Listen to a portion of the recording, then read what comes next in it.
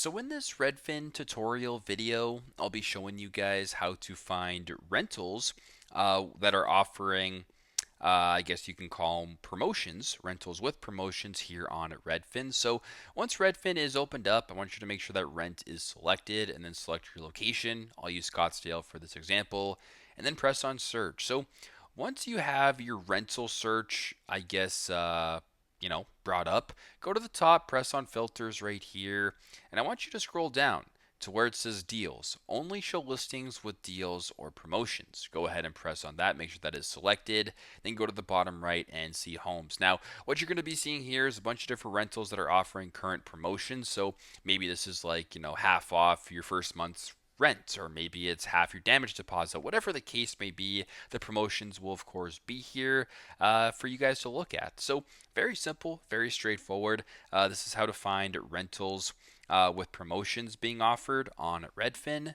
Thanks again for watching, and I hope this video helps.